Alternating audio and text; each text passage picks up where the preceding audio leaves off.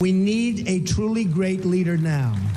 And we also need a cheerleader. We need somebody that can take the brand of the United States and make it great again. It's not great again. Ladies and gentlemen, I am officially running for President of the United States. Whoa. And we are going to make our country great again. Yes! That was incredible. It was awe-inspiring. It was amazing. And it was 2015. That's Trump's 20. What? That wasn't last night? No. You want to hear last night's and contrast the two? Okay. Last night's announcement. We will not be intimidated. We will persevere. We will stand tall in the storm. We will march forward into the torrent. And we, in the end, will win. Our country will win. We will, because of our great congressmen and all of our great congressmen and congresswomen, we have taken over Congress. Nancy Pelosi has been fired. Isn't that nice? In order to make a... It sounds almost robotic. Like he was sticking to the script, which he's known for not doing. It was, I was incredibly surprised. I don't know if somebody's grabbing him by the shirt and said, hey, listen, dude, you got to clean up your act. And maybe so. That's no fun. It's not. I listened to that last night, and we compared it to the announcement we heard from 2015, the announcement 20. That was incredible. He comes down the elevator, and yes, and this is coming from a guy who every other time Trump talked about running for president, I'm like, get out of here, you clown ass. But 2015, I was inspired. I was, yes, this is good. And then last night, man, I get home, we're doing our thing, and I get some popcorn, and I sit down on the couch, and I put on the news channel on the Direct TV. They have a channel where you can watch like 5 different news channels all at once. No, thank you. It's mind-numbing. And I'm watching it, I'm sitting there, and I'm waiting, and I'm texting friends like, you watching this? And I didn't even finish my bowl of popcorn. It was incredibly uninspiring. Marsh, your take? Yeah, okay. Yeah, he was kind of like tired and demure. So I'm trying to think. So was he tired? Was he having a bad day? Was he ill? You know, there's a lot of illnesses going around. RSV right now is a big thing. Producer Hannah's taking horse pills just to be here on Wake Up Mid-Missouri this morning. So there are a lot of things going on. And was he tired, or did somebody say, "No, hey, listen, Donald, here's the script. Read it. Don't get bombastic. Don't insult anybody. Don't mention Ron DeSantis. Don't do any of that." Did he say Ron DeSanctimonious last night? He didn't. By the way, you got to hear, Ron DeSantis was asked yesterday about the criticisms from Trump. Okay. His answer, I think we'll do that at 6:50 here on Wake Up Mid-Missouri. Yeah, so if you're Ron DeSantis and you wake up today, you kind of knew what was coming, but like, what are your thoughts? Are you like, I'm still in it to win it? I'm going to do 2024 no matter what? Or, I mean, because the polling before Ron DeSantis, you know, before the midterms, before Ron DeSantis did Florida, I don't know how, I mean, just walked away. I mean, it was amazing. And I think the polling has changed since then. But before that, I mean, Trump just annihilated him in any primary. So... And a couple of hours before Trump gets up and makes his widely expected announcement, somebody, I'm wondering if it's the same people that flew immigrants to sanctuary cities like Washington, D.C. and New York City, which I think was a beautiful thing. Those are sanctuary cities. What's the best thing you can do if you're being invaded by people from a foreign country? Look at Ukraine, what they're doing. They're being invaded by Russia. What they're doing, they're fighting like hell. And look at these states that are being invaded by illegal immigrants. It's an invasion. It's what it is. And Ron DeSantis, somebody did the very kind thing and said, well, you know what? We're going to send you to sanctuary cities. That's what we'll do. So a couple of hours before Trump makes his announcement, somebody was flying a banner outside Mar-a-Lago that said, "Trump, you lost again," or something like that. Sheesh. So people are after him. I'm curious, how do you feel 2015 compared to last night's announcement, 2024. And here's my thing. I think, listen, Trump's ideas, those conservative, and we call them conservative ideas, they're really just American ideas. Hey, be kind to one another and less government interference. To an extent, sometimes I don't care who is in the office as long as they carry those ideas. The problem is the American perception of candidates, the American perception, perception of Donald Trump. But I think of people like Herschel Walker. I don't think he's a very good candidate, but you know what? He's taken those. Maybe we'll take those ideas to Washington, D.C. And Trump, I think listen, whether it's DeSantis or Trump, I would prefer right now DeSantis 2024 over Trump. And here's why. Not that I dislike Trump. It's just I think DeSantis would have a better chance of winning. It is interesting. And again, we'll see. I guess we'll be interested to see what listeners say. Former President Trump, Branden, one has to go back to the 2020 results. And I just looked it up here just to make sure my numbers were correct. Missouri used to be a bellwether state. Basically, as Missouri voted in a presidential election, and John will remember this, the country went. Jimmy Carter's a perfect example in 76, and you could go back to Reagan in 80. That changed in 2000. Missouri started voting Republican all the way through, even when President Obama was elected president. So the last Democrat to win statewide in the presidential race was Bill Clinton. But Trump versus Biden 2020, Donald Trump beat him by almost 500,000 votes in the state of Missouri. To put that in perspective, that's 57% of the vote compared to 41%. That is a landslide by any stretch of the imagination in this state. So he's popular. I mean, now granted, his numbers were a little bit higher than that in 2016. And quite frankly, if it wasn't for Trump on the ballot in 2016, Jason Kander may have been in the Senate, because the Senate race was very close. The gubernatorial race was very close. Trump carried the state by 19 points the previous election. I do know from our listeners, people like him very much. Some don't. Ultimately, it will depend on the primary. And you're right on one thing specifically. It will depend on the general as well. But he narrowly lost. And if you think about it, people talk about he lost. You've 25,000 votes in Arizona or Wisconsin. I mean, literally, it's 3 states. He's the president of the United States. Off the text, 874-9390, Mike says, I was kind of hoping that his big announcement would have been 50% off MAGA merchandise until Christmas. I made a bet with Brian Hansen. Brian Hansen is the star of the Gary Nolan Show weekday mornings at 9 o'clock. And so we made a bet last night prior to the speech. Me and Marsh were hanging out a little bit last night. Hansen was in here on the Randy Tobler Show. And we started surmising that perhaps, I bet Trump was going to come out and we were kind of in a joking fashion saying, hey, we need to do things right, and I'm going to tone it down and all that. And we were joking. We were having fun with it because, you know what? We know Trump wasn't going to do that. And what did he do?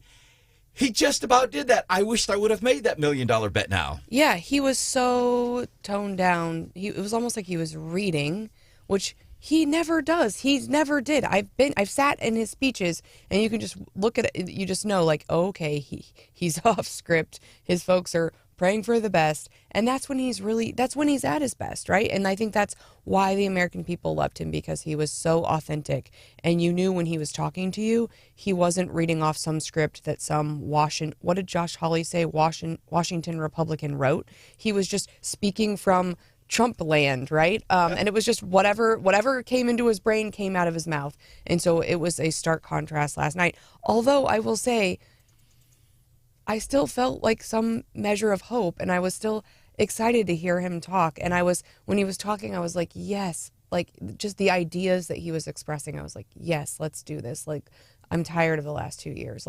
I'm ready for change. And I want to change something right now. Something on hope. Also, instead of 650, the Ron DeSantis audio, you want to hear that now? What he was asked, because Trump has been going after DeSantis. Yeah. I mean, True Social, Trump was downright mean. DeSantis, the sanctimonious. So yesterday, Ron DeSantis was asked, hey, man, what do you think about when Trump insults you? His answer? All that's just noise. And really what matters is, are you leading? Are you getting in front of issues? Are you delivering results for people? And are you standing up for folks? And if you do that, then none of that stuff matters. And that's what we've done. We focused on results and leadership. And, at the end of the day, I would just tell people to go check out the scoreboard from last Tuesday night. Wow. The fact of the matter is...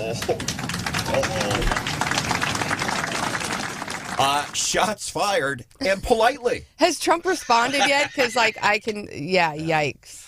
So Trump's speech to me last night, at least, uninspiring. Again, I love the ideas, and I think somebody like a DeSantis, heck, I guess even to an extent a Herschel Walker, even though he wouldn't be vibrant in media, can take those ideas to Washington, D.C. Steve, as much as I'd be happy with another 4 years of Trump, the stark reality is that elections are won by persuading voters in the middle of the spectrum. As a matter of fact, Josh Hawley, he didn't get into trouble yesterday, but a judge beat him in Jefferson City. He kind of got into trouble. Did he? How much trouble is that, Marsh? It's a fine I9couldn't pay. And more than the money, it's kind of PR trouble, I would say. Yeah. Josh Hawley and Mitch McConnell are in agreement on the Republican Party. Josh Hawley, I won't say he went scorched earth, but coming up 6:35, promise, what Josh Hawley had to say about the Republican Party yesterday. We're going to do that at 6:35. So what happened with Hawley yesterday, Marsh? Basically, Judge Beadham ruled that the AG's office, when it was led by Josh Hawley, broke the sunshine laws on purpose, helped the Senate campaign, levied about a $12,000 fine related, and told him to pay his Democrat attorney's fees in the case. Which is going to be a heck of a lot more than $12,000. Said our attorney friend Stephanie Bell. 12,000, I would say, and the judge noted that he was levying the maximum fine under the statute, right? Yeah, by the way, this was something initiated by the Democratic Senatorial Campaign Committee. So, 6:35, what Josh Hawley had to say about the Republican Party. He and Mitch McConnell are in agreement. Again, off the text, 874-9390. It's really very simple. We need someone who can run 2 terms in a row, or what's the point? Trump can't do that. DeSantis can. Coming up 6:25-ish, daily D.C. rundown with Stephanie Bell. By the way, that missile yesterday landed in Poland. Officials are saying, okay, so we don't think that it was from Russia, but it's related to the whole Ukraine-Russian thing. What's coming up in your daily D.C. rundown? I mean, again, we can order tacos in our jammies from our home. We can't figure out who the heck's missile landed in Poland. That's a problem. No, today Congress will vote on the Respect for Marriage Act, what we think will happen there. It's 5 minutes from now here on Wake Up Mid-Missouri on 93.9.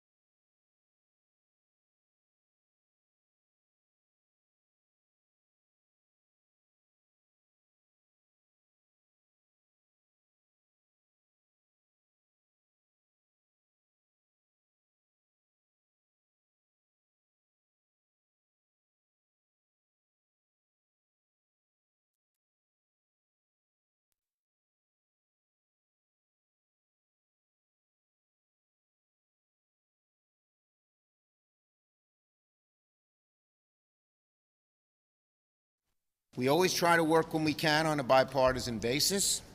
Of our major bills, most of them were passed bipartisan.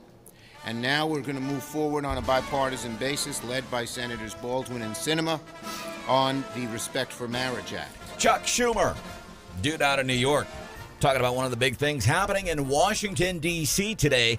More details with Stephanie Bell, today's Daily D.C. Rundown. There will be a test vote on the Respect for Marriage Act today. Of course, with the makeup of the Senate, they need 60 folks to vote in favor of this bill. There are only 50 Democrats, so they need to find 10 Republicans who will vote for the Respect for Marriage Act. They've got 3 publicly already committed saying they would do it. If there is a vote in the affirmative today on this test vote, a final vote could come as early as later this week. I don't know. We haven't heard publicly from either of Missouri's senators on this bill, but aren't we past this? So there was some language in the Dobbs decision, and I think specifically with what Justice Thomas wrote, and all of a sudden the liberals, were like, oh my gosh, maybe interracial marriage is under attack, maybe gay marriage is under attack, and I think most conservatives were like, yeah, no, we don't care.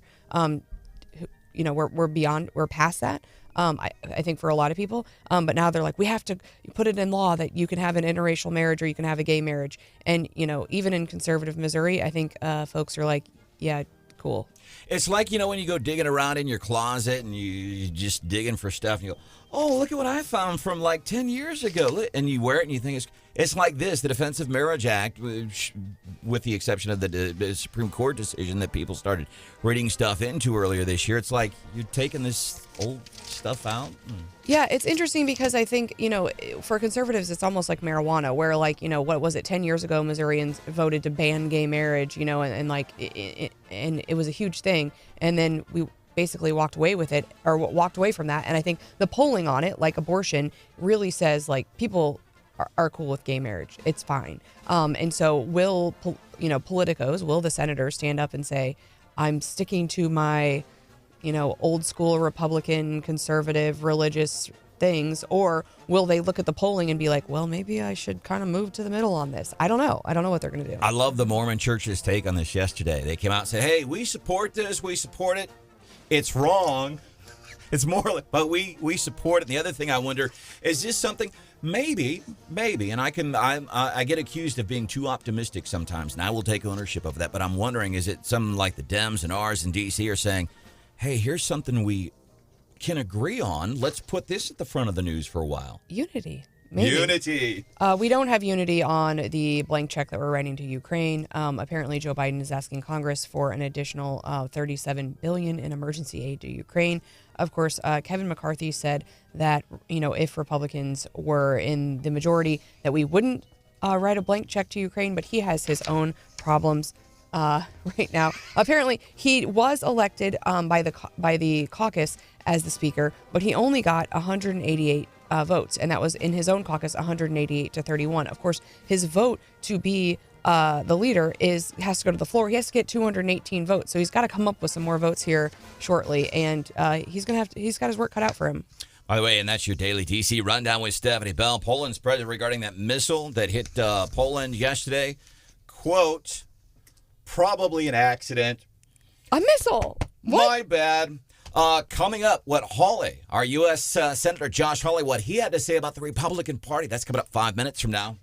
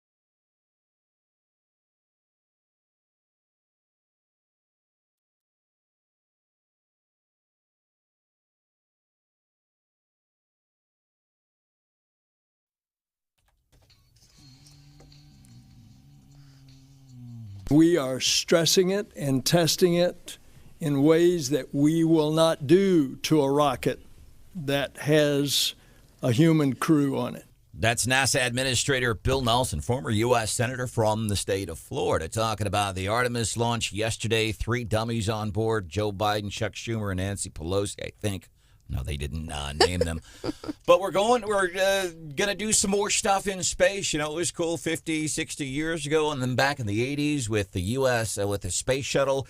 And now I'm assuming they're looking for like employee housing, maybe for people in Jefferson City. What else are we going to do in space? Remember Newt Gingrich, was it 2012? He kept talking about colonizing Mars. Well, that was one of his things when he was starting to run for president in 2012. We're going to colonize Mars. We want to colonize Mars. A lot of folks excited about that. And I'm of that era, and I don't mean to call out your age here, John, but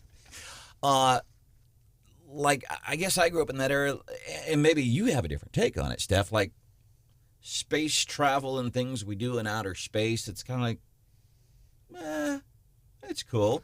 I still think it's kind of about, like, dominating other countries in that space. Like, it's a sign of power. Like, if we're better at space than you, I feel proud. Like we're flexing or peeing on the fire hydrant.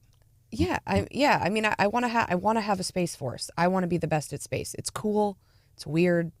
Like, now, I don't want anyone else to be better. I mean, can you imagine if, like, China was better at space than us? You know, I don't want them to be really good at it and us not to be. Yeah. Yeah, there's a lot of folks going after it. Bill Nelson there talking about that. Welcome into the show. Wake Up Mid-Missouri. A little chilly again today because that's what happens in Mid-Missouri in November. High of 32. Might see a few flurries. Nothing to be worried about, though. My neighbors had a snowman in their yard this morning. Like, they must have scooped all of the snow from all of their entire yard to build this teeny tiny little snowman. But it made me smile. That's impressive work. Here's something that makes me smile. So we talk about the election, stuff like that. And here is something kind of a positive note. You look at the U.S. House map as it is right now. By the way, Republicans still at 217, need one more for the majority. But you look at the U.S. House of Representatives, the red-blue map. And it looks good when you see the number of districts that are conservatives, intelligent people. I mean, come on, New Mexico. What the heck? Yeah.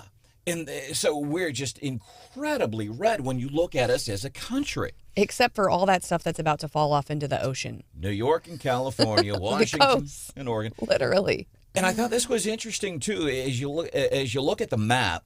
With the exception of the OGs, the original gangsters like Massachusetts, Vermont, states like that, which are, they've got, a couple of people in the U.S. House of Representatives where it's blue. New Mexico, geographically, about an average state, not incredibly huge in population, but it's all blue in New Mexico, the entire state. Crazy. Yeah, it just blows me away. So there's maybe some good news. Most of the country, it looks like smart people in the U.S. House of Representatives still need one more seat for the win. And liberals really like water, apparently. I mean, even states where it's split, the little part of the coast is all blue and the rest of the state's red. It's crazy. So what happened to Republicans? Josh Hawley weighing in on this yesterday. And I'm wondering, back to this thing regarding the sunshine, the open records law with Josh Hawley. John, can you kind of bottom line this again for us? Because I want to talk about why it kind of matters to regular folks like us. Well, gosh, those of us in the media were really perked our ears. Yep. We hear the lawsuits surrounding the sunshine law. Judge Beadham here in Cole County ruled that the AG's office, when led by Josh Hawley, broke public records on purpose to help his U.S. Senate campaign. He's assessed legal fees from the plaintiff's attorney and fines on Hawley. Josh is saying, hey, they didn't say that I withheld the documents. Number one, I had nothing to do with it. He says, number two, the substantive allegations as to was there anything improper here done has been investigated multiple times, including by our Democratic State Auditor, Nicole Galloway. Jay Ashcroft investigated it at the time, says there's been nothing doing. But when he says he had nothing to do with it, is he throwing his staff under the bus? Or is he just saying, like, well, I didn't know what was going on? That's like, I would hate that. So Hawley's campaign, according to the Kansas City Star, consultants gave direct guidance and tasks to his taxpayer-funded staff and led meetings during work hours. Oh. in the state Supreme Court building where the Attorney General's office is located. And this was kind of a done deal until somebody in the media, i.e. the Kansas City Star, said, hey, let's look into this more. And I'm wondering, and I get it, and typically print publications when it comes to media, you know how they lean towards California and New York styles of thinking. But I'm wondering, was this worth almost, if you print it out, this is like a 5-page story from the Kansas City Star, and I'm just wondering, is that a little much? Like they're going after him just because? But here's why it matters, and we run into this a lot. Let's say you have somebody who is currently an office holder and they're running for another office. We see this all the time. We've seen it a lot recently. There is a very fine line into, number one, how you, for example, book an interview, get somebody on your show. If they're in office, you have to go through different channels. It's not always, you got to be careful about contacting their current office to get them to come on and talk about the next office that they're running for. Now, if a Democrat had done this, would we think differently? No, we'd be all over it. And I think it is a big deal because if you play in that space, if you do sunshine law litigation, which I've been involved in the past, getting the purposeful, because you can get a violation, right? But getting the purposeful violation where you actually get the civil penalty is really hard because you basically have to prove mental state. You have to say, like, they did this on purpose, which is a really hard evidentiary burden. And it's rare. It's very rare to be able, I've tried to prove it in the past and I failed. And I've had other people try to prove it against me. And I've said, there's so much gray area in the sunshine law, and I think anyone who plays in that space knows, well, maybe it could be this, maybe it could be this. There's been a lot of litigation in that area. So to have a judge say, no, I think you knew what you were doing, you knew about the law, you have a whole army of attorneys, and you violated it on a purpose, I think is a big deal. And granted, it's going to be appealed. Holly's still going to fight it. We'll see what happens on appeal. But I think, right now it's a big deal. And I think the other thing, besides all this, you've got these attorneys, and you're also the top law enforcement official in the state of Missouri. And, you know what the law is. And that was cited in the opinion. And the Attorney General is specifically tasked with educating people about the Sunshine Law and enforcing the Sunshine Law against other people. I mean, you've seen Eric Schmidt go after school districts and other people around the state for not being transparent. So that's one of the reasons I think why the judge said, hey, you get the penalty, is like, you're the guy who's supposed to be the expert on this and telling everybody else about this and helping citizens enforce this, and now you broke it. Now, I don't have anything to say about the merits of the lawsuit. I haven't reviewed all the evidence, but that was one of I think the judge's justification was like, you're the guy, you're supposed to be setting the example. So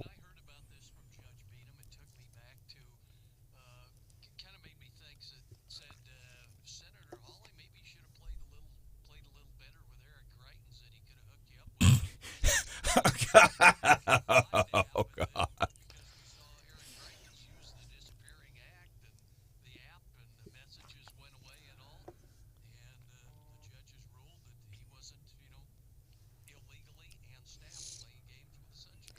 And I would say from another perspective that, we've got to do something different here because transparency is important and we want people to conduct public business in a way that makes sense, in a way that can be transparent. But the more you see this kind of stuff, the more people just pick up the phone. And they say, you know what, then fine, I just won't email anything. We'll just have in-person meetings and there won't be a record of anything. And I think there's a balance there. And and I think I see that and I say, and you have to, as a lawyer, you have to counsel your client, know that especially in government, anything that you put in writing could be requested by anybody. And when people hear that, they get really nervous. And then, if you were in a business and you said, and the business, and it was, don't document anything. I mean, that's not a good business strategy, right? Like, don't put anything in writing. You want policies and procedures, and you want a trail of how you got from A to B. And in government, this cuts against that. And you say, yeah, be careful about what you put in writing. It's the old adage, if you don't want your mama to know, don't write it and don't say it. Kind of the same thing. Don't write it, don't say it. What is Holly saying about the Republican Party? Woo! Check this out. I think that this election was the funeral for the Republican Party as we know it. The Republican Party, as we have known it, is dead. And voters have made that clear. And in particular, the folks who did not vote for Republicans in this last election were independent voters, working class independent voters. You know why I love that so much? because I love to be validated. And listen, I'm just a regular Joe Schmo, sit at the bar stool kind of guy and drink a root beer and talk politics. I don't know anything more than anybody else. But as an average, regular Joe, I've been saying for a long time, okay, we got the R's have the R's and the D's have the D's, but there's a lot of people on the outside, and that's going to be key to this election. And it was. It was incredibly key. He's not done. Folks who voted for President Obama once upon a time, folks who then voted for President Trump but stayed home this time. We are not a majority party unless we can appeal to those voters. Well, and I think Holly is saying, the old Republican Party is dead and I am the face of the new Republican Party, which I would disagree with strongly. Yeah, because and here's the thing. I think still that picture from J6 of him with his fist in the air, that could be just one of those things as it relates to perception of Republicans. People, they use that. But, of course, Josh Hawley, he uses that picture, too, to sell coffee mugs. It is on coffee mugs. I don't know if he was selling those or not, but on the issues, big tech sponsorship or censorship, just big government, all of it. I don't know that. I think if you polled conservatives on where they were, they would not be aligned. The majority of them would not be aligned with Josh Hawley. So then the question is, who is the new face of the Republican Party? DeSantis. I don't know about that either. He's got a lot of wins. Well, and I'm wondering, too, who might be the face of the Democrat Party? We talk about a presidential run in 2024, and it's Biden. Now, if Biden dies, who would be running in 2024 instead of him? Mitch McConnell, what he had to say about Republican losses. That's coming up about 5 minutes from now. And do you own one of the most reliable cars in America? I love Consumer Reports. Most and least reliable cars. I think we'll get to that about 5 minutes from now.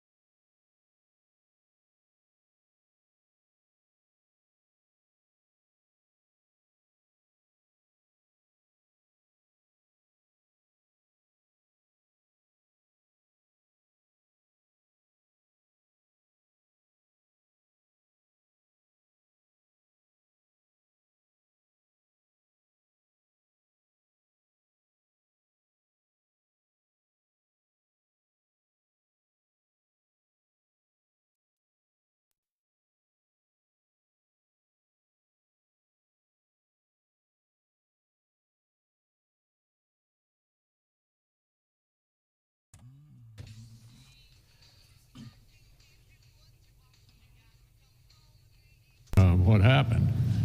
We underperformed among independents and moderates because their impression of many of the people in our party in leadership roles is that they're involved in chaos. Not a fan of Mitch McConnell, but he agrees with Josh Hawley. By the way, Mitch McConnell potentially on the verge of losing his his Senate leadership role. But he's saying these independents and moderates, that's one of the reasons we lost, and the perception of the Republican Party. Negativity, excessive attacks, and it frightened independent and moderate Republican voters. And we saw that, which is why you all recall I never predicted a red wave. We never saw that in any of our polling in the states that we were counting on to win. That's Mitch McConnell yesterday agreeing with what our U.S. Senator, one of our U.S. Senators, Josh Hawley from Missouri, said. He said, listen, man, we missed the mark on these independents and the moderates completely. We just missed it, despite what all these national news outlets were saying. Huge red wave. It didn't materialize. Welcome into the show. It's Wake Up Mid-Missouri. There's Mr. John Marsh. You staying warm this morning, bud? Yeah. And I do. And I know Steph, she's killing it too in her pink Ugg boots this morning. They're Ugg slippers. Ugg slippers. You are always hating on Uggs, but man, they make some. I'm going to show them on the camera. They look awesome. And you can see, by the way, you can watch the show. Go to our YouTube channel, Wake Up Mid-Missouri. You see Steph rocking the, I love my Ugg boots personally, so I'm not hating on them. I have the traditional tan, like midi calf ones, and then I have like heeled, tall black ones that I wore yesterday, and I want the little slipper tan ones that are in style now. The old school Uggs are out of fashion, so you can have mine if you want. You can wear them in. Hey, let me ask you something. I'm being kind of stop it, John. And I'm. I talk about the Republican Party being perceived as weird. And you're a weirdo. And I'm the guy for who sure keeps the shoes in the freezer. Serious question. So we were highlighting audio from McConnell and Josh Hawley saying, listen, we missed the mark on the Republicans and the moderates, and I'm hyping it because I'd been saying it all along. But I'm wondering, we were talking about Artemis being launched yesterday. We're going back in outer space. I'm guessing it's so we can find affordable housing for employees in Jefferson City. I don't know. Workforce housing. Not even affordable housing, workforce housing. I just want to take vacations there, right? That's what they're saying now is space travel for fun. I have a hard time flying on an airplane. It makes me incredibly nervous. Really? Mm-hmm. Really? Oh yeah. I hate to. Yeah, it's a thing. Like when I travel, and it's especially difficult now that I don't drink anymore because I can have a few drinks, I'll be good. It's just. Are you worried about the plane crashing or I'm claustrophobic and you don't like people. I don't like. I do well sitting 4 feet across from you every morning. I enjoy that, but sitting, a centimeter from a complete stranger and I see, I in my mind even before COVID, I'm a germaphobe and I just claustrophobic. So it's not about it crashing. It's just the uncomfortableness of the experience. It's just uncomfortable. Comparable. But you said you've ridden a Greyhound.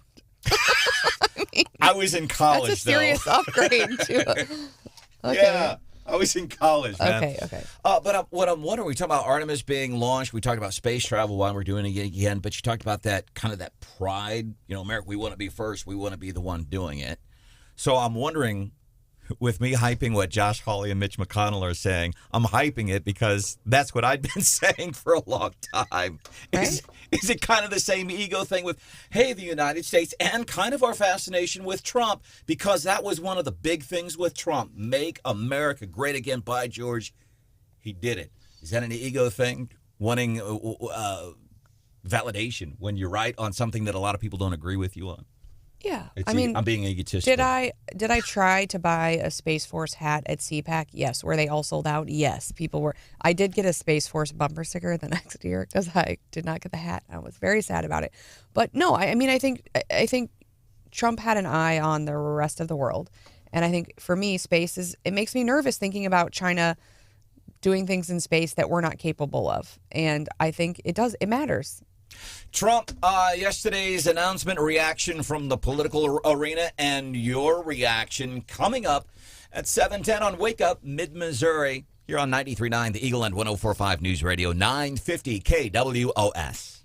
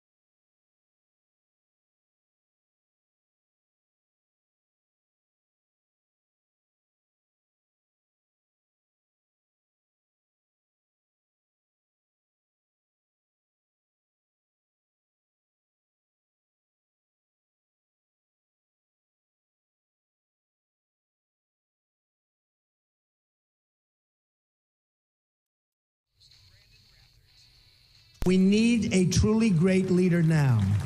And we also need a cheerleader. We need somebody that can take the brand of the United States and make it great again. It's not great again. Ladies and gentlemen,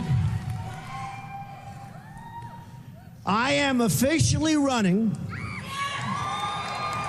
for President of the United States, and we are going to make our country great again. Man, that was incredibly motivational and exciting and thrilling. That was almost exhilarating. That was rousing, and that was gripping and compelling. That was intoxicating. That was powerful. That was electrifying. That was invigorating. That was 2015. This, for comparison, last. We will not be intimidated. We will persevere. We will stand tall in the storm. We will march forward into the torrent. And we, in the end, will win. Our country will win. We will win. Because of our great congressmen and all of our great congressmen and congresswomen. All right, so I think we get That the was point. like robot Trump. That was way different It was crazy. than 2015, watching that last night. And I hate to say, but if I'm being honest, it was almost disappointing. You know, you get out the popcorn. Can't wait to see this. Can't wait to see what happens, despite even my beliefs going into it that it's not a good idea for him to run for president. Somebody with those good, smart, intelligent, conservative American ideas, I don't care if it's DeSantis, whoever it is, take those ideas into the White House. It doesn't necessarily have to be Trump. So going into it, I was, if I'm being honest, was a little like, okay, wow. What was your reaction? I know what they're saying in the political arena, and it seems kind of universal. As a matter of fact, we glanced at our text this morning, 874-9390. It seems kind of universal. And I want to step aside here for a second. Last week, Gary Nolan hosts the Gary Nolan Show weekdays from 9 to noon here on the radio station. I thought he was very bold and very confident and very accurate in some of his comments regarding the election, Trump specifically. And I say that because he's caught a lot of flack. Listen, it's one thing to carry the flag, here's the party. And that's one of the things I think that we don't ever really, I don't think we do. You can say that about a lot of folks, a lot of media outlets, but I don't think you can say that about the radio stations here. I don't think you could say that about Gary Nolan. I don't think you can say that about Wake Up Mid-Missouri. We don't carry the flag for anybody. We just, hey, here's how we see it. How do you see it then? 874-9390 and off the text seems pretty universal. Yeah, listen, we love what's in that skull of yours, Trump. We love that. But let somebody else do it. And I'm trying to think, Marsh, do you know, so this would be the third time that he's run for president. Offhand, do you know who other folks that have run 3 times, at least for president? Yeah.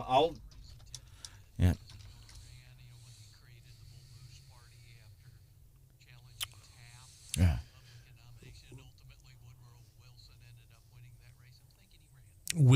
William Jennings Bryan, and you had asked me this earlier, Brandon, and I did check, and I told you earlier I thought it was, and it is. He ran 3 times for president of the United States and was the Democratic nominee, 1896, 1900, 1908. And one of those conventions was in St. Louis, and he delivered what was called the Cross of Gold speech. My great-grandmother remembered talking. It was a big deal. He was, for lack of a better term, he was a populist before there was a populist.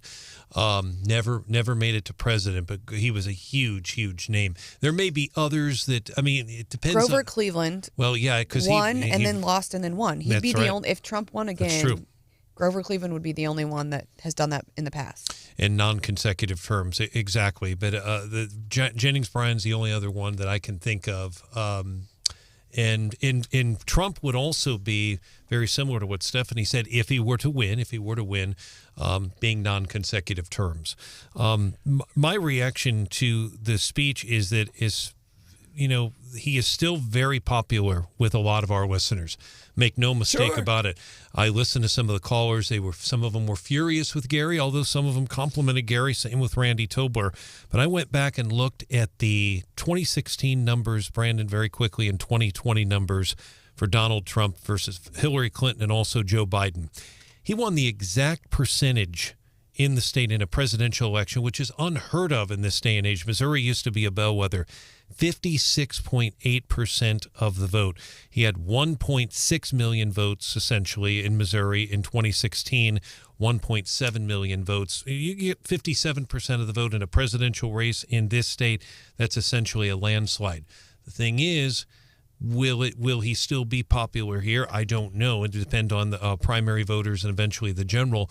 And there's certainly his critics in the party and outside the party, too. By the way, I need to rephrase the question, asking who's run for president 3 times or more, with the exception of Leonard Steinman in Jefferson City. I should have made that qualifier. I didn't know this, but Politico in 2015 wrote an article called "The Death of the 3-Time Candidate" and kind of went through who has run for multiple times, and they said basically now, like, if you lose, like, you're not going to do it again. It's just not happening. But apparently there's like a federal Leonard Steinman. Harold Stassen is remembered as the grand old party's grand old loser. The one-time boy governor ran for president 10 times between 1948 and 1992. The article does reference William Jennings Bryan. It also references Henry Clay. That's true. And they said he ran for president 4 times. But you used to be able to do it a lot, and they said now basically. And I mean, you see the pictures of how old people look once they've served as the president. But like the campaign also is just, it's hard. It's Clay. It's really hard on you in today, and the amount of money that you need.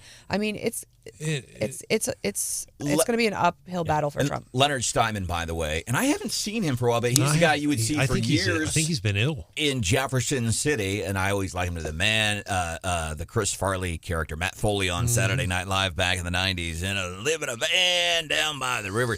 He always reminded me of that. But Leonard Steinman was the guy you see in Jefferson City all the time, sitting outside of his vehicle saying, running for president. Yeah, exactly. And I do believe he's battling some illness. Stephanie's a great name there in Henry Clay, who was known as the Great Compromiser, and I'd forgotten about him. He was called the Great Compromiser because he compromised so much and he was so well respected. But in the end, it was the slavery issue that kind of did him in from the presidential standpoint. The only other name I'd bring up, and Stephanie's right, generally when someone loses, they don't come back, but there are exceptions. And one that comes to mind immediately is Governor Ronald Reagan, 1976, Kansas City, Missouri, at Kemper Arena. He was sitting up in the balcony with his wife, Nancy.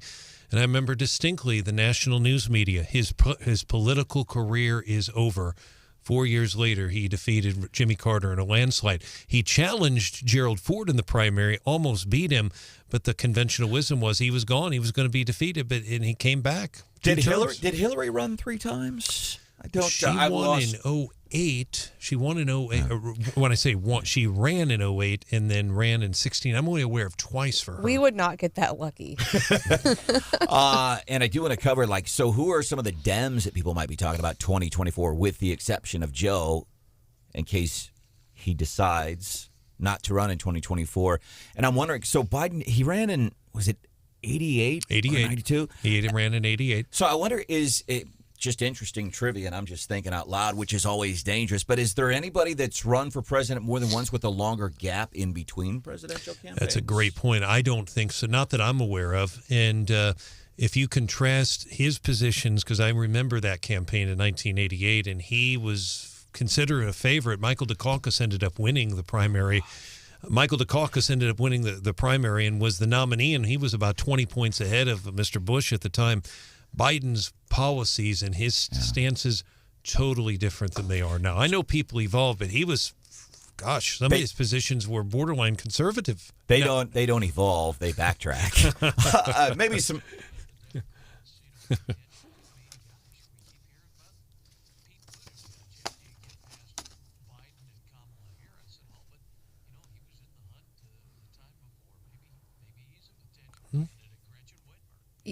Yeah, there's an opinion article in the New York Times, and they throw out all sorts of different names, but that was at the top of the list. They said Whitmer, Buttigieg, and Kamala Harris, and then next on and then next on the list, Klobuchar, Elizabeth Warren, Roy Cooper, Sherrod Brown, J.B. Pritzker, and Ro Khanna.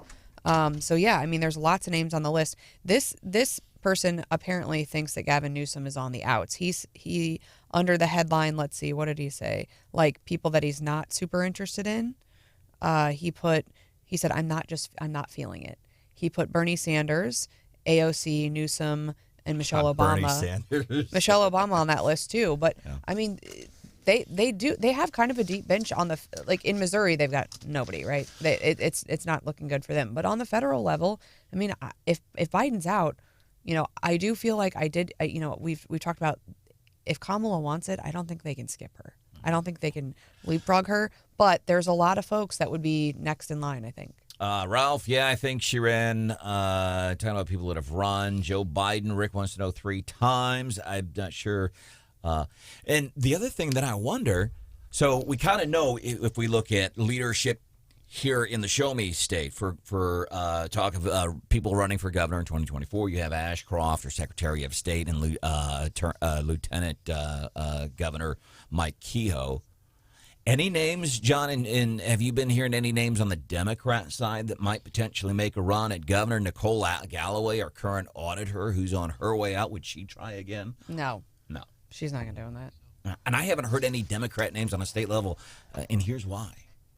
I don't think there really are a whole lot of Democrat lawmakers on a state. I mean, look, this year, their top candidate, the top of the ticket, Trudy Bush Valentine, and even the guy who was going to get it before her, Lucas Kuntz, were like unheard of. They were nobodies last year, right? Like nobody, not on the political scene.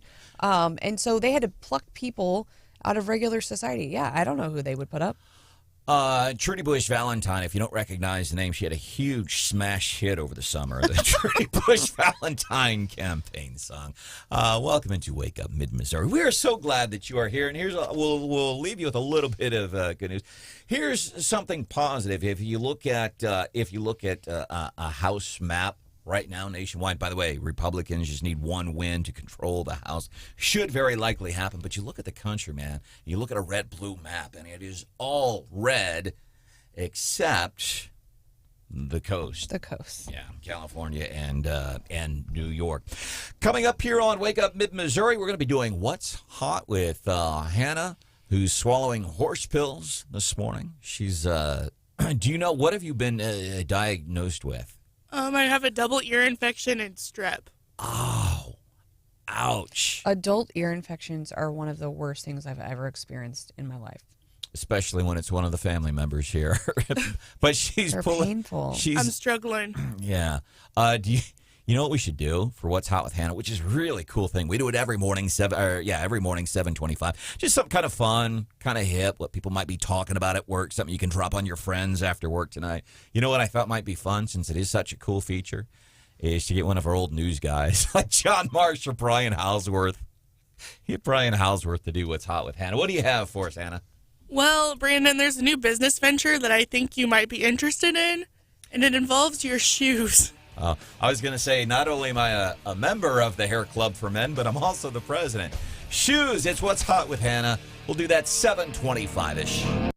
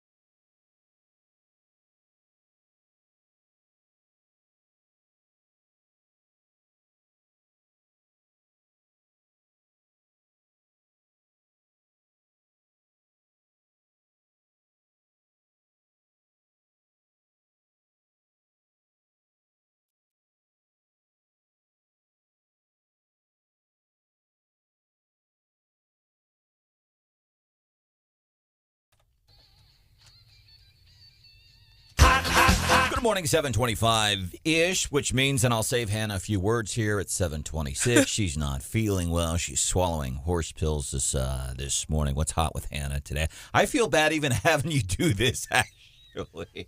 You had messaged me earlier and asked what was hot with Hannah, and I thought that meant you were going to do it for me, but it's okay. I know, and I thought, what if we got Marsh to do it? That'd be fun. Yeah. What's hot on your mind today, John? Mm-hmm. And that's why Hannah does it. What do you have for us today, Hannah?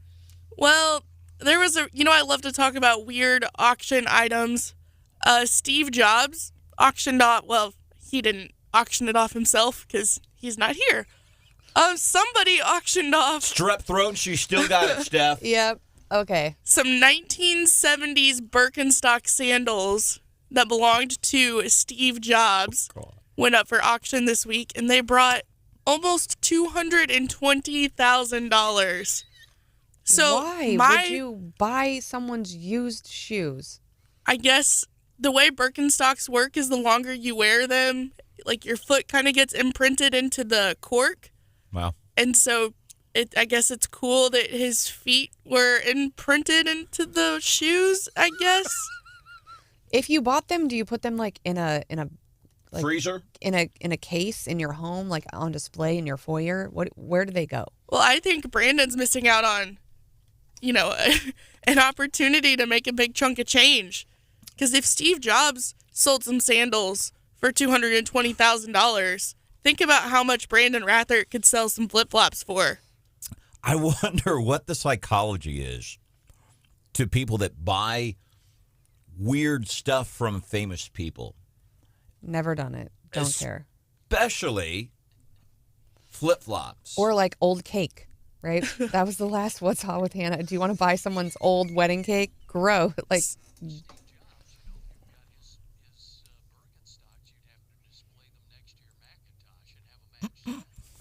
There you go. I mean, there are people out there who their whole house is full of like Elvis stuff, right?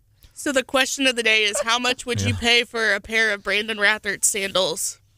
$5. I was just bragging to Steph yesterday. We were talking about the cost of shoes as she sits here in her pink Ugg boots this morning, which you can see on our YouTube channel. Wake Up Mid-Missouri. Those pretty handsome Ugg boots, by the way. They are really cute. I was bragging to Steph. I think the shoes I'm wearing are like $25 at Bass Pro Shop. But they're not shoes. They're flip-flops. None of my shoes cost $25, unfortunately. Have you ever heard of the phrase Novid? What is Novid? It's coming up 5 minutes from now.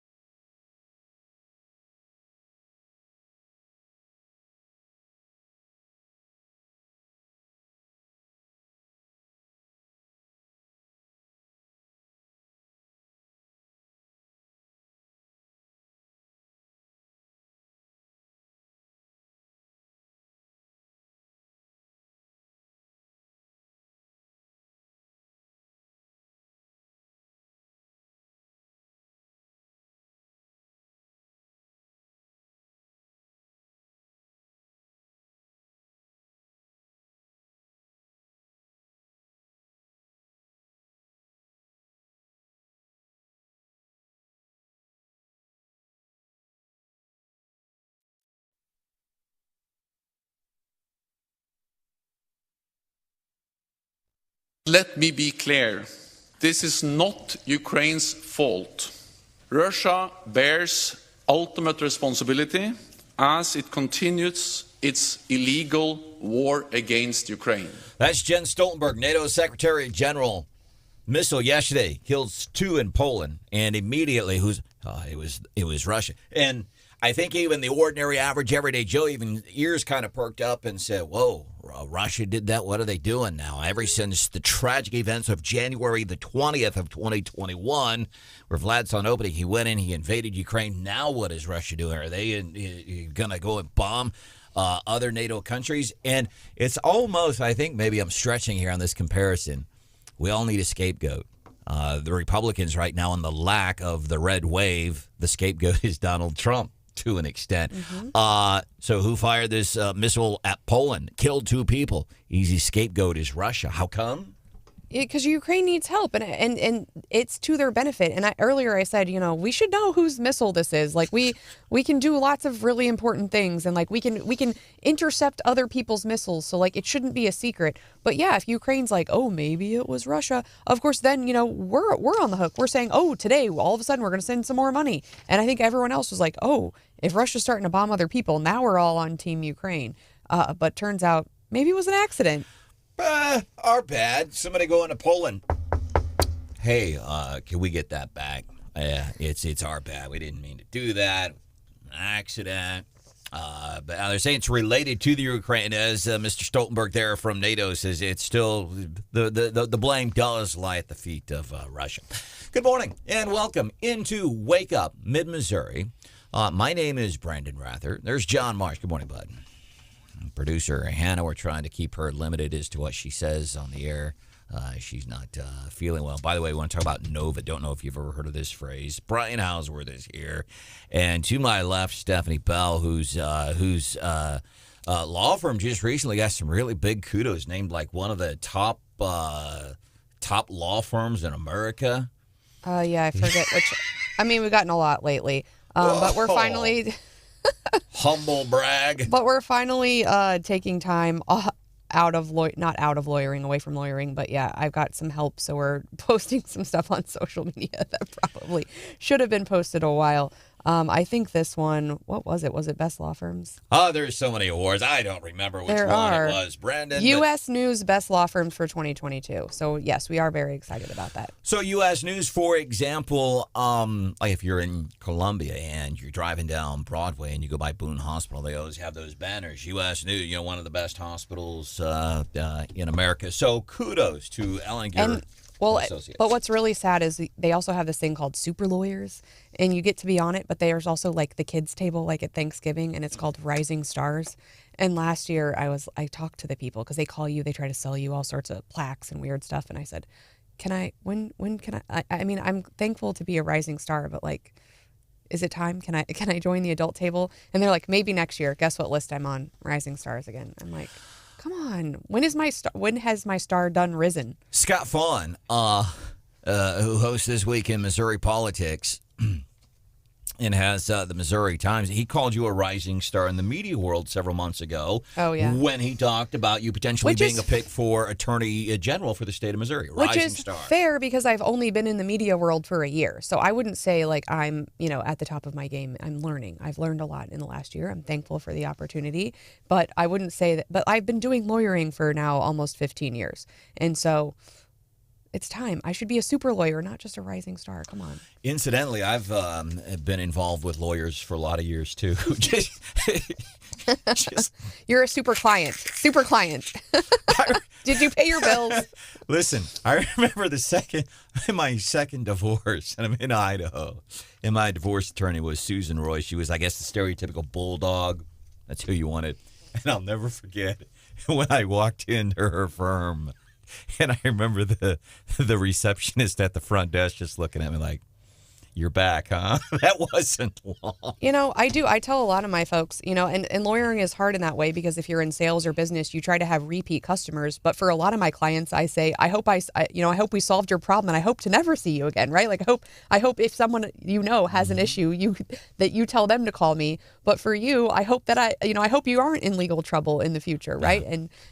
But it sounds like you were a repeat customer. I had my punch card. Oh, Branden! Every time I'd walk in, it's like when I was going to my divorce attorney, it's like, man, every time I went in there, it's like they were expanding the law firm. There was a new addition here, an atrium over there. It was like they were always in. I asked them one time, and I'm like, man, what are you guys doing? Well, thanks to you, Mr. Rathert. We're a rising star in the divorce world. Have you ever heard of, listen, I have an ego sometimes. I think we all do. That's what drives us. I think that's what, to an extent, drives very successful people. That's why I'm so bitter about not making the adults list. Don't act like you're not guilty, Steph. I'm guilty. But actually, some of the most humble people I know, John, and I'm going to brag on you, you're one of the most humblest folks I know. Yeah. Brian Houseworth, I think, is another humble fellow. But we get braggadocious sometimes, and I joke and I kid around sometimes about not having had COVID. And yesterday was not, as a matter of fact, I feel worse today, and I don't want to get personal here, but I feel worse today than how I felt yesterday. But it was yesterday was just horrible. And what do I always brag about? Can't be COVID. I haven't had COVID. Everybody in this room who's had COVID, raise your hands. Yeah. I had it. Hannah, Houseworth, Marsh, everybody's had it. Except for me, and I get kind of braggy about it. Well, and I did too, because I had friends and they were so judgmental, early on, and I was traveling everywhere.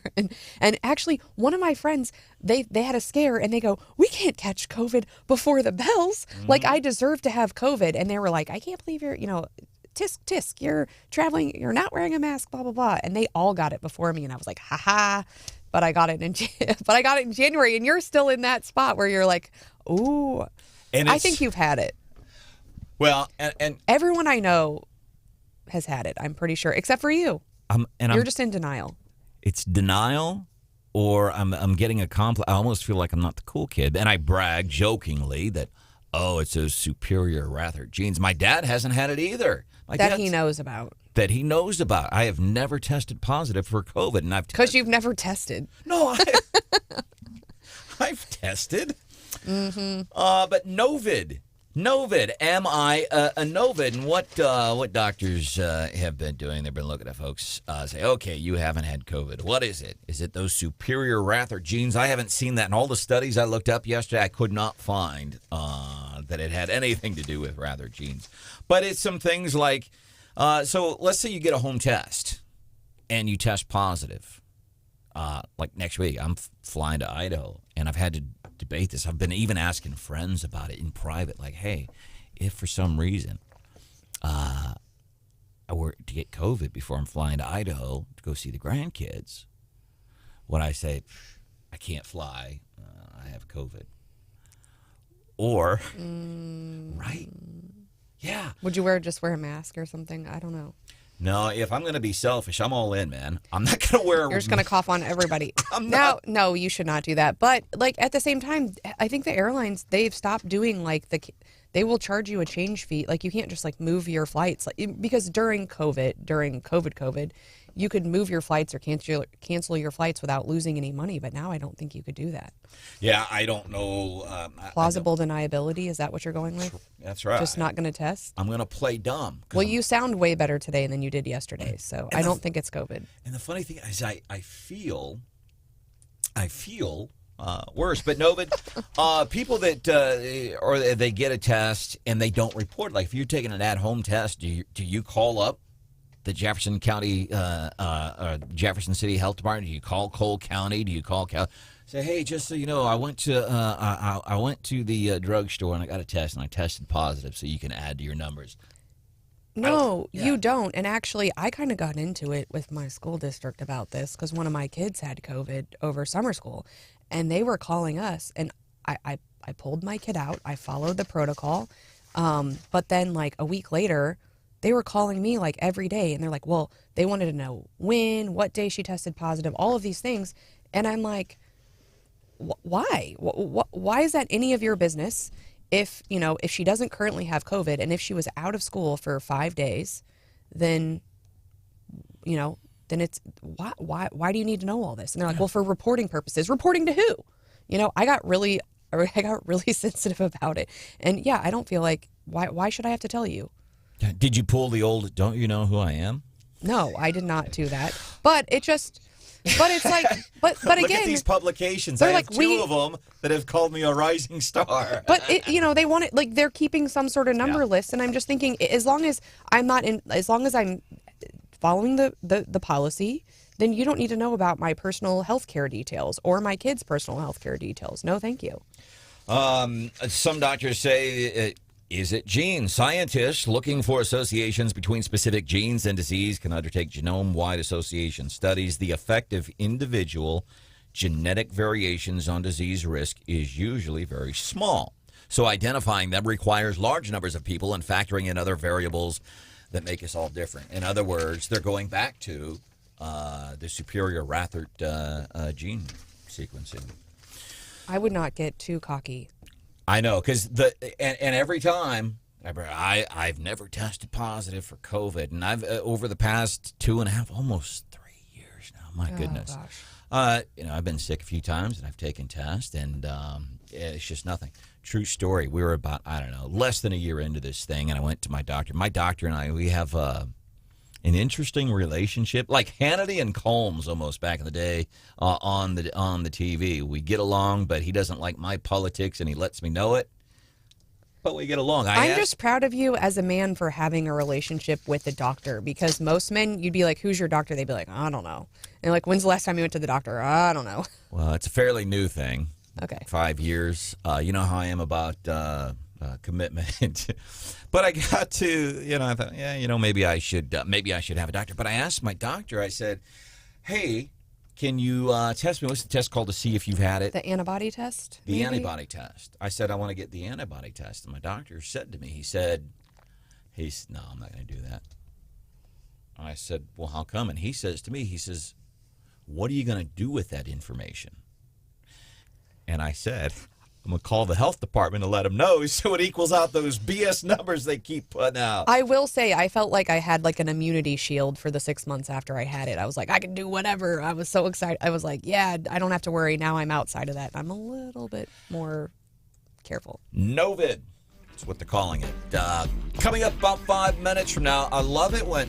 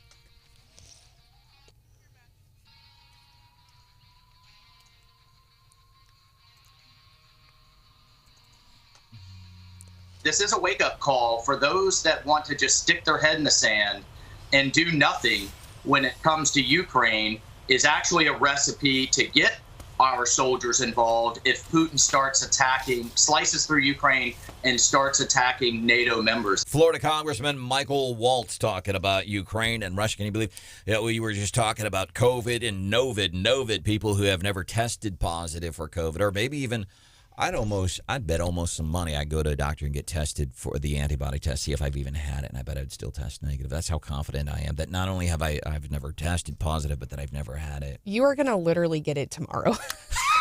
I better quit bragging. Right. Talking about Ukraine and Russia. Welcome into the show, John Marsh, producer Hannah, Stephanie Bell. My name is Branden Rathert. I love it when politicians are trying to sell books, and I don't read a lot. I get, like, when I meet somebody, they say, what have you read recently? I'm like, the internet. I don't have time to sit and read. You should get a book club. I got a book club. I've been in the same book club for like 12 years. It is the source of so much happiness. What was the last book you read? Well, I didn't read. Wow. I didn't read last month's book, but the month before that, we read The Lost Apothecary. I would highly recommend it. It was so good. It was set in London, and it was like I read it when I was over there. It was great. And so, yeah, if you need a good book, The Lost Apothecary, recommend it. Former Vice President Mike Pence been talking about there's talks surrounding him regarding a 2024 presidential run. His reaction following Trump's announcement last night. He's got a new book out, but what I think is interesting is that I haven't read. Have you read it? I haven't. I have some excerpts. Okay. To an extent, the Cliff Notes. The Cliff Notes, yeah. What other people are saying. The book is called "So Help Me God." Mike Pence, former Democrat, by the way. Some of the highlights: he says he's always been loyal to President Trump. Quote: "For 4 years, we had a close working relationship. It did not end well." Then he goes on to say, "We parted amicably." It's like Tom and Giselle. Wasn't their split amicable too? And he talks about the events of January the 6th, but apparently, ultimately, he's not critical of his former boss. But I love when a politician goes on TV. He goes on to Fox last night. He's hanging out with Fox's Brett Baer, and they're talking about the presidential announcement and all this stuff. And, and we see it all the time when people just try to work in. And because these people, they have PR people. And I say, when you go on the TV and you're promoting this, whether you're running for office or selling a book, you have PR people that behind the scenes tell you, and mention this and work this in and work that out. And I just thought kind of an odd work in, kind of an odd mention, Mike Pence, kind of an awkward work-in of his book title here on Fox last night. Well, it's a free country, Brett. And by the way, he's reacting to Trump announcing his 2024 run. Well, it's a free country, Brett, and the president's entitled to make whatever announcement that he wants to make tonight. But as I wrote in my book, that was just released today. Is that awkward? Well, the president can do whatever he wants, and this is, as I said in my book, which, by the way, you can buy at bookstores now. That is awkward. Isn't that the same answer that Democrats gave when they were like, should Joe Biden run again? And they're like, well, it's a free country. He can do whatever the heck he wants. Sometimes the best answer is a non-answer. Coming up a little bit after 8 o'clock here on Wake Up, Mid-Missouri, more reaction to Trump's announcement yesterday. And if you're, what were the lengths we used to go to get like Bon Jovi concert tickets to see the Stones? And then the lengths folks have to go through nowadays. We'll cover that coming up at 8:10.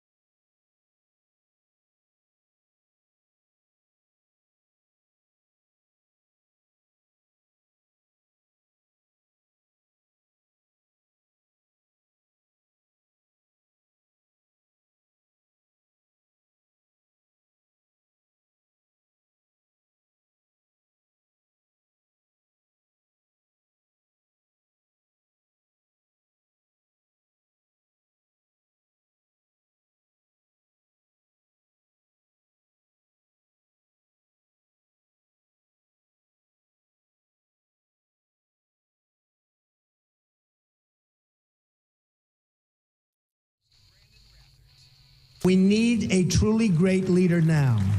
And we also need a cheerleader. We need somebody that can take the brand of the United States and make it great again. It's not great again. Ladies and gentlemen, I am officially running for President of the United States, and we are going to make our country great again. My goodness, that was incredibly thrilling and exciting. It was invigorating, and it gave me hope, and it was all these wonderful things, and it was 2015. Contrast that with last night. We will not be intimidated. We will persevere. We will stand tall in the storm. We will march forward. You kind of get the point of a very different delivery last night. A couple of different scenarios as to, why right now? Is it the ego, or are there other reasons why you'd say, hey, I want to run, I'm going to announce in 2022? Ego, yeah. I mean, there's a lot of speculation, and I think a lot of people, they wait to announce, and they're like, okay, everybody knows you're running, but then everyone's like, when is this announcement coming? And the reason why is once you officially announce, you become a candidate, and then you have it triggers all these FEC reporting guidelines. So before you actually announce, you can get away with a little bit more as far as not having to report everything. But he's made the official announcement. He filed the FEC paperwork. And so people are like, why would you do that to yourself? And some people are speculating, well, he's under investigation. He's got a lot of stuff. So is there some sort of benefit to him announcing a candidacy in the DOJ investigation? So what I hear is kind of like the flu vaccine. I'm going to do this so that this doesn't happen, which, by the way, I don't get the flu vaccine, but it's a vaccine kind of to shield himself. And he's been under investigation for other things. And he doesn't seem to be concerned about that. If you really think about it, we just finished and we're not even technically done with, because we got the Georgia runoff here coming up. But the January is just around the corner, 2 months from now. A year from then, essentially all the candidates, and there'll be others, I'm sure there'll be others that run for president as well. There could even be a challenge to Mr. Biden, but they'll be in New Hampshire, they'll be in Iowa, so we're not that far away. I mean, hasn't Pence already made like 5 trips to Iowa? I mean, he's been there. Yeah, in that interview the other night with David Muir, it was, it was interesting. It was more about the January 6th events, but, we'll see what happens there. So some people, though, they really are speculating that Trump is like, well, maybe, and you get, like, he wasn't enthused last night. So he just, like, appeared to be going through the motions. So, like, why put yourself through this? And there's a justice manual for the Department of Justice, and there is a provision. If you want to Google, it's 9-85.500, and it says. Wait, hold up, say it over so I can. 9. No, I'm kidding. I was being facetious. I like to read stuff, so. Sure. And I said, what's his authority? Like, what's his position on why he thinks it might protect him?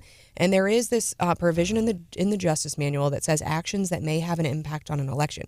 And it says federal prosecutors and agents may never select the timing of any action, including investigation charges, blah, blah, blah, for the purpose of affecting any election or giving anyone an advantage. And so maybe Trump thinks, hey, if I go ahead, because if you're not announced as a candidate, then this would not be in play because technically you're not involved in an election. So now that he's announced, could he throw this in their face and say, hey, the DOJ is political, although he's been saying that all along. So I don't actually think this provides him any protection, but at least he could make that argument. And if you have MAGA gear, dump it. Get rid of it. Get the new gear. The new gear, Marsh, if I'm reading this right, if my math is right here, I saw him say last night, in order to make America great and glorious again. Make America great. Is that MAGAGA? Jeez. All right, one more thing, and then I want to move forward because an interesting text from listener Gary.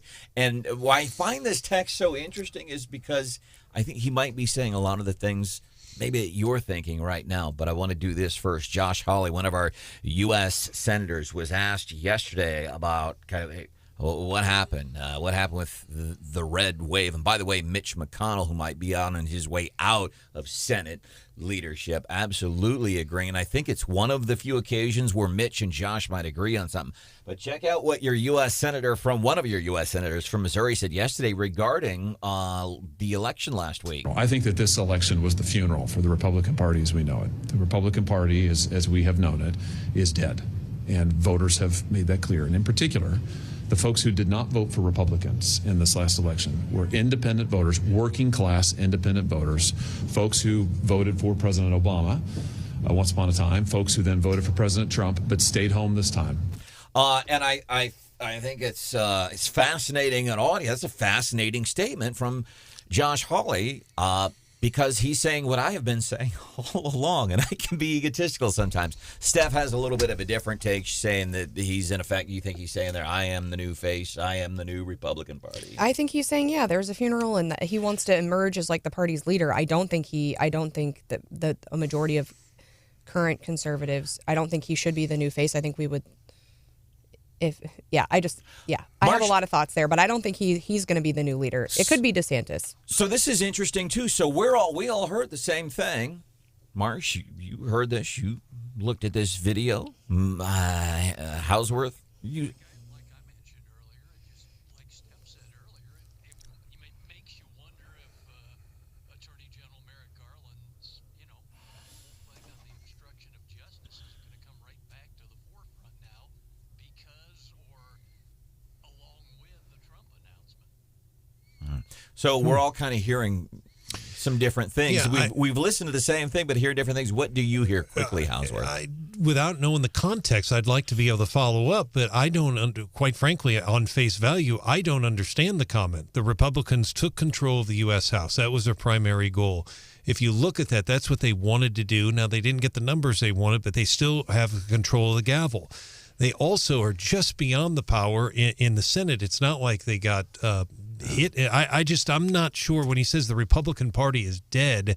That to me, and that sounds like something he'd say in 1974, not 2022. And let me clarify, I shouldn't say I agree with his comments regarding the Republican Party is dead, but when he talked about the tweener, what I call the tweeners, the people that aren't in this tent or that tent, and I've been saying it for a long time, that's why I'm so fascinated. I see what you're saying. Yeah, I agree, he's right there. And Mitch McConnell said the exact same thing yesterday. The Republicans missed out on the independents. They completely missed it. Let's talk about something other than politics. Unless, final word, anybody? Can I have a moment of personal privilege? Yes. Yes, please. Okay, well, now I'm going to get sideways on this because I'm... While you do that, I want to read this text from listener Gary. This is fascinating because I think there's a lot of people that, you're right on. But from the inside, looking outside, we don't know sometimes. Anyhow, this is from Gary. He says, your shows are very good. You should cover a topic, though, like this. Today, ask Hannah and Stephanie if the roll of toilet paper should be set with the start at the front or the back of the roll. This is like the ICE conversation. That is answerable. Over the top. I don't have a preference. There is a right answer to every question Gary asks. Hannah, over, under. I don't care. Best Over. Ice, Sonic. Yeah. Toilet paper, over the top. This is what people are talking about, Marsh. Boxers or briefs? There is a right answer to this question. What do you... No preference. Okay. No, there is. It's boxer briefs. Okay. That's the right answer. Oh, gosh. So... I used to, and button fly, remember the 501 button flies from Levi's? It was easy, and then we went back to zippers, and then it wasn't so cool. TMI. Okay, point of personal privilege.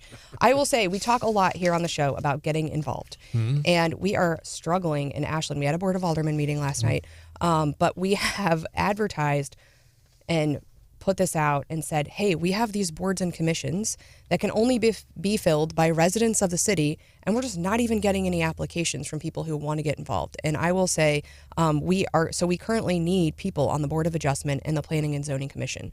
Board of Adjustment is not a heavy lift. Apparently it meets like twice a year. So we need people to apply for these things. And we're big on the show about people getting involved.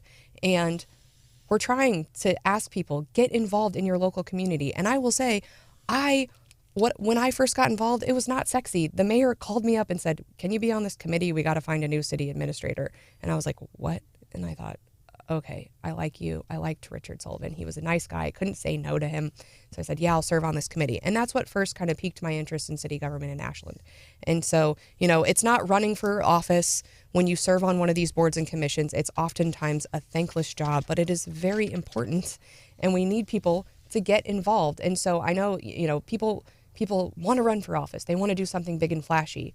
But these other things are how you learn about your city government, and then you have the foundation then to run or to do something else. So if you live in the city of Ashland, I implore you, or if you know somebody, please take a look at the website. The application is on there, but we need more common sense, reasonable people to get involved, and really, like you like to say, the more localer, the more importanter. And so, let's do this. And I think if you've never done stuff like that before, and I don't want to sound preachy, but I'm talking from experience, whether it's getting involved in politics or charity or whatever it is, one of the things that I learned, I regret that it took me so late in life to figure it out, but it's like when you start getting involved, it's that seriously, that feeling you get from, I don't want to sound cliche, but from giving back, it's just kind of like, wow, that's pretty cool. Well, and I will say, I know the city of Jeff has openings on their boards and commissions. Same with Columbia. I mean, we saw the Citizens Police Review Board get overtaken by folks who were kind of crazy, right? And who wanted the board to go down. And so because we didn't have reasonable people applying. So if you're in the city of Columbia, you want to get involved. If you're in the city of Jeff too, take a look. The city typically always has those positions posted and open. And even if there's not a spot open, you can go ahead and apply. And then when the spot does come open, they might select you. So, and it gets overrun with the same kind of people who show up to the city of Columbia council meetings, right? Yeah. If we don't have, common sense folks applying for these spots. And a lot of times, a lot of the decisions are made in those boards before they come to the council. And so it's really important that we get good, reasonable, common sense folks on these. And Marsh, I wanted to applaud you for getting involved with downtown parking garages in Jefferson City, trying to help leadership sort through that. Talk about an issue. Parking garages to Jefferson City are like roll carts to Columbia, right, John? And by the way, we want to get to the morning bell business news, little twist only Stephanie Bell can give you. I am shocked at what the Columbia Missourian has posted earlier this week. We'll do that coming up 8:35. Wendy Sprouse, the Medicare nerd, she's going to be hanging out with us too. Meanwhile, what do we have in the morning bell this morning, Steph? Google got hit with a big old fine. Was it like Josh Hawley's $12,000 fine? Oh, it was more than that. Way more than that.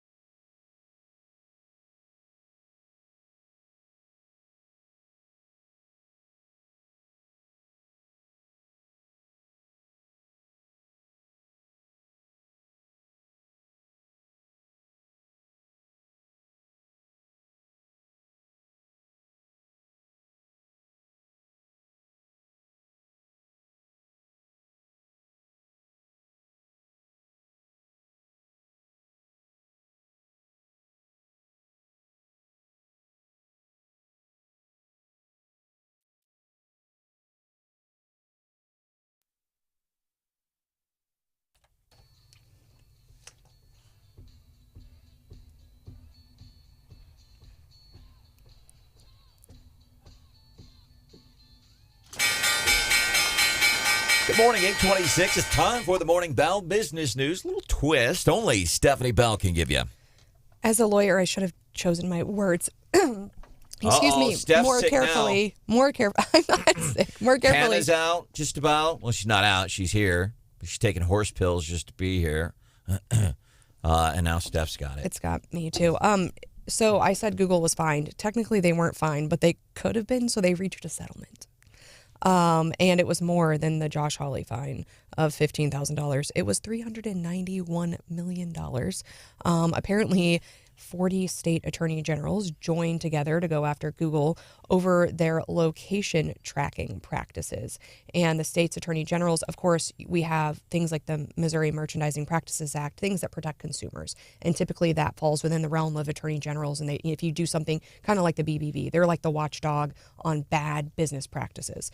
And so a lot of them got together and said, we're not happy with the way that you're tracking folks, especially with respect to privacy and what Google, you're tracking people even when they turned off and said, no, I don't want to be tracked. And so anyway, Google agreed to a settlement. And there's also some new transparency requirements and limits on the use of location data that they agreed to.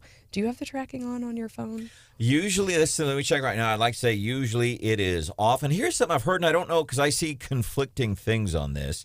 But I've heard people say, and you should leave your location. Yeah, my location is off right now. Okay. But I'm told when it comes to Google, it doesn't matter. They're just watching you. Yeah, it didn't matter. But I've heard you should leave your location off because it's easier on your battery. And I've read other accounts, and I don't know. I'm not a cell phone expert, but I've read other accounts that say, just like with everything else in life, the exact opposite. It doesn't matter if your location is turned on or off on your smartphone. Battery usage is the same. Yeah, well, I think a lot of folks are touting this as a win to try to push back on Google. But again, when you're using the maps, if you don't have your location on, then you can't say, hey, give me directions to whatever, because then your phone doesn't know where you are. So I used to be really leery about it and have it turned off, but it's more of a pain because so many, when you search restaurants on Yelp or whatever, right? It's based on how close, where you are. And so it's a pain to have it turned off.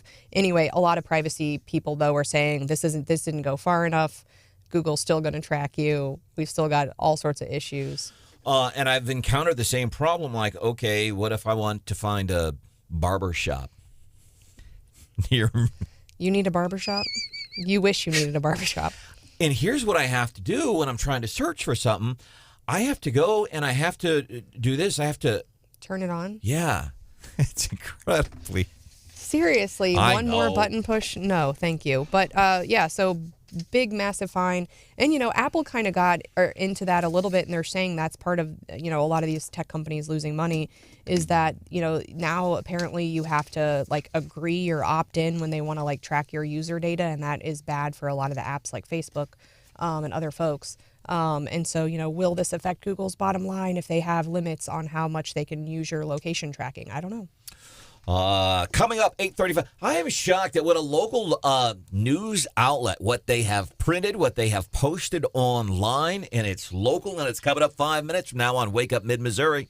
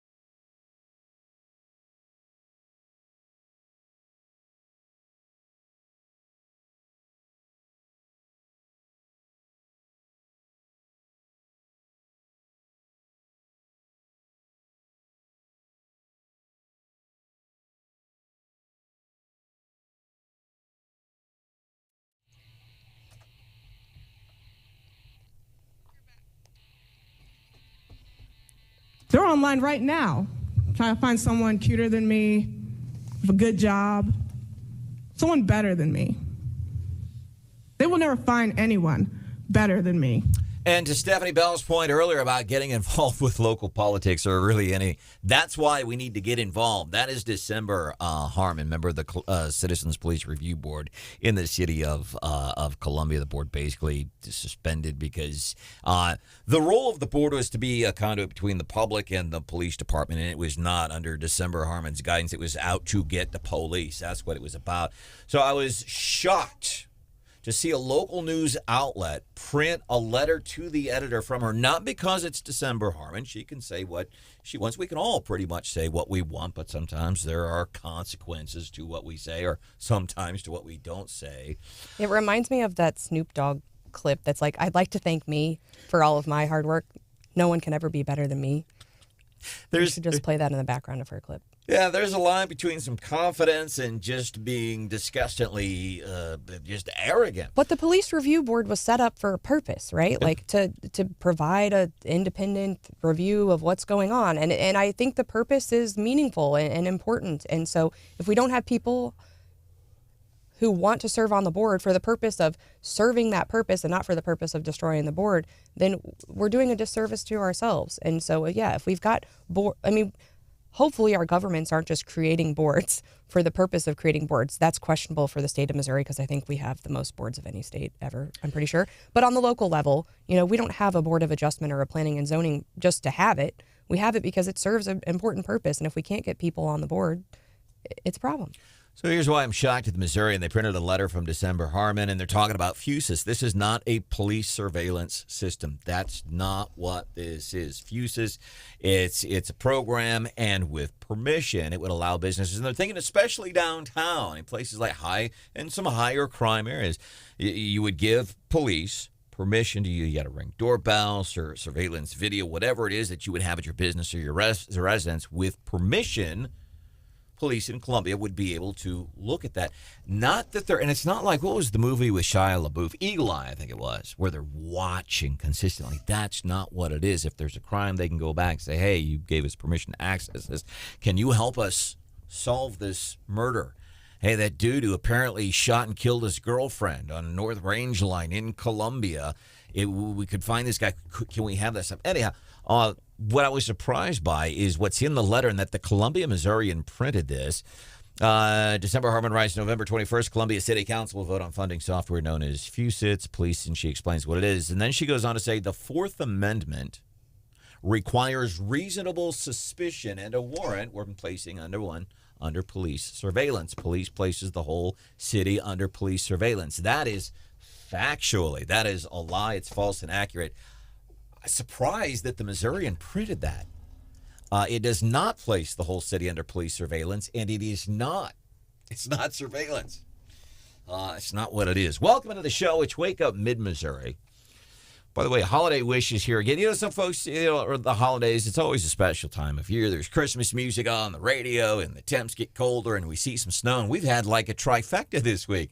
We've had snow. There's Christmas music on the radio. It's the hat trick. It's the hat trick. But it's not always that way for everybody, and I'm speaking from experience when I was a little kid, and that's why I was thankful for folks that do things like what Hibbett Sports, Love Columbia, and Common Ground in Jefferson City are doing. We're just kind of giving you an opportunity if you want to help out some folks during the holidays, and you can do it however you want. You can do it anonymously, whatever way you want to do it. Getting involved. Go to the websites, 939theeagle.com and KWOS.com. It's the Holiday Wish, and you can submit your wish here. You can help some folks. It's just a really cool thing to do. Also, D. Rose, Missouri Vein Care, helping us out. Marsh, you ever stood in line for concert tickets or done anything crazy back in the day? Back in our day, for concert tickets? Yeah, for the Rolling Stones. No kidding. Really? What's the story? I think they were playing, I guess it was, they were playing Arrowhead Stadium back in way back in the day. And stood in line for them because the opening act was the Eagles. Wow, the Eagles, an opening act. And Rufus and Shaka Khan.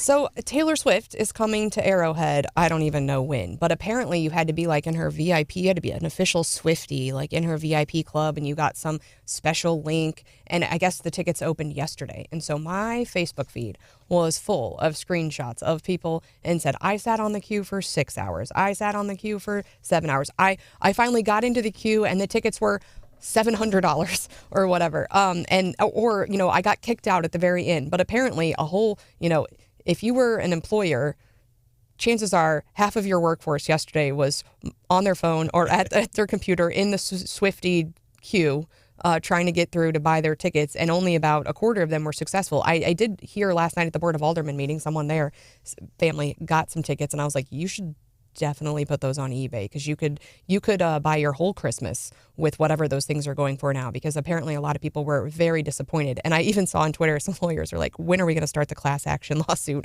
against the Taylor Swift queue for sitting here all day and not getting the tickets? And you know what I find interesting is that people, and I guess it crashed the phone system or their website, something crashed or whatever because it was inundated with traffic. I'm guessing nobody was aware that Taylor Swift is apparently kind of a big draw here in the Show Me State. I don't know what happened. But in seeing and hearing from people commenting like, man, I was on hold for hours. I was in the queue forever, and it was just horrible, and I never got through, and they're complaining. And you got a young John Marsh with a bandana and long hair with a Marlboro dangling out of the corner of his mouth, standing in cool cigarettes, standing in line for hours. You had to actually go and stand in line for concert tickets. Not just chill on your phone. Yeah, you couldn't sit there with the phone on, It's like the people who sleep overnight at the opening of a Chick-fil-A and then they get Chick-fil-A for a year or something.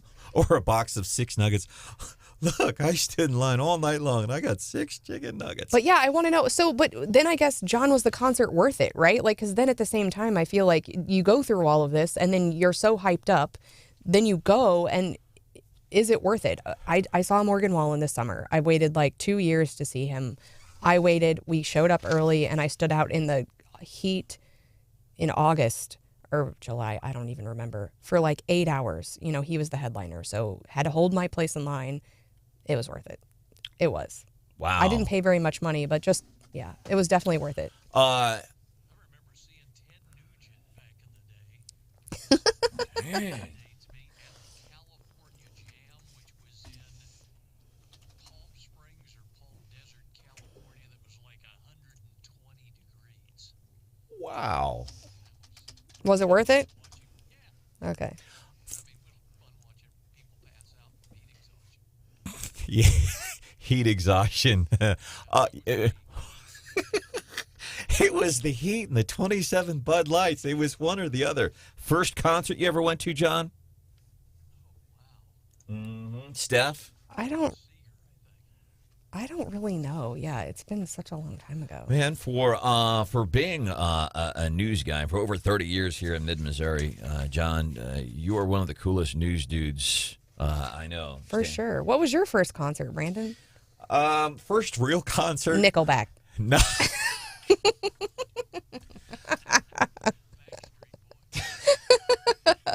An opening for the Backstreet Boys, in sync. It was Michael Bolton, right? Wasn't it? You did say you went to Michael.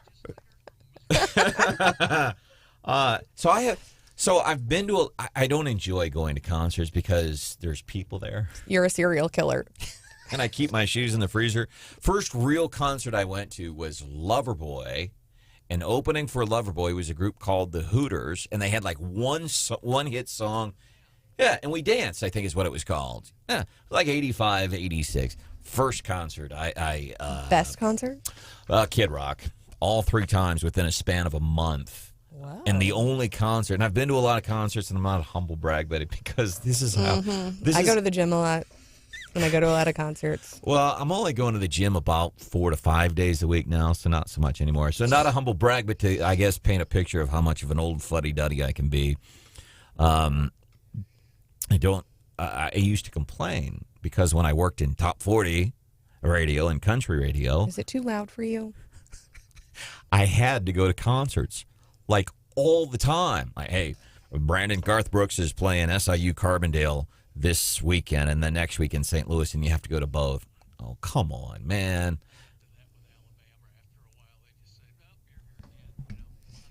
No, thank you. And last year I went to Tyler Braden was at Rose Music Hall here in Columbia. It was small. I was right in the front, and it was like the bass was like making your heart beat, like it just thumped your whole body, and you couldn't hear anything when you walked out. It was a wonderful experience. It is actually. It is I the loved noise. it. You're right.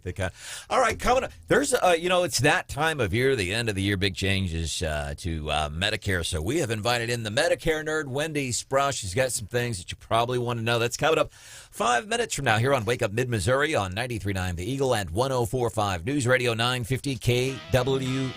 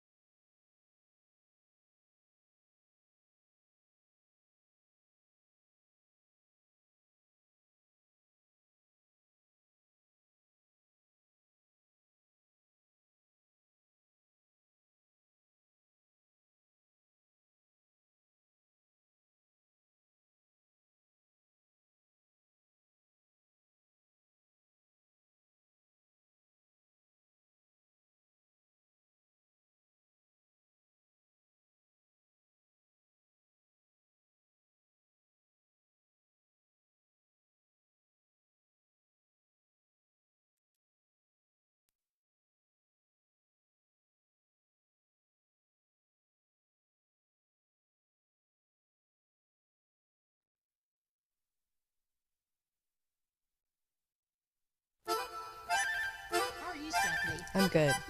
Thanks for asking. Wendy Sprouse, Medicare nerd, joining us. She's also, as the chicken woman, she has, no kidding, honest to goodness, in the 7 years that we've been together, you go to Wendy Sprouse's house, and she has a big, I call it a chicken farm, but it's not really a chicken farm, it's a chicken pen. And you go through there, and there's a little transistor radio sitting on top of this chicken farm in rural mid-Missouri. And on this little transistor radio, you'll hear the radio stations 93.9 The Eagle and 950 KWOS. And the reason is because it keeps the chickens company, or it makes them feel better. So she's known as a chicken woman, and it's kind of become a thing over the years. And people, Wendy, a Medicare nerd, well, how are the chickens doing? The chickens are wonderful. They're not really digging this cold weather that just happened upon us recently. So a shout out to the chickens at Wendy's house this morning, listening to Wake Up Mid-Missouri. Before we move forward, some important changes here before the end of the year as it relates to Medicare we need to talk about. We were talking about concerts, Taylor Swift, KC. The internet crashed yesterday because we were talking about back in our day, you had to actually stand in line for concert tickets. And I want to. This is why I love the Wake Up Mid-Missouri family. Mike via text 874-9390. So we were talking first concerts, and Mike gets real honest with us. His very first concert that he went to, mine was the Hooters. John Marsh's. One of them was Ted Nugent. One of your first concerts. One of my. Bob Seger. John Mayer. John Mayer. You. Poison. Mike, one of our listeners, says one of his very first concerts.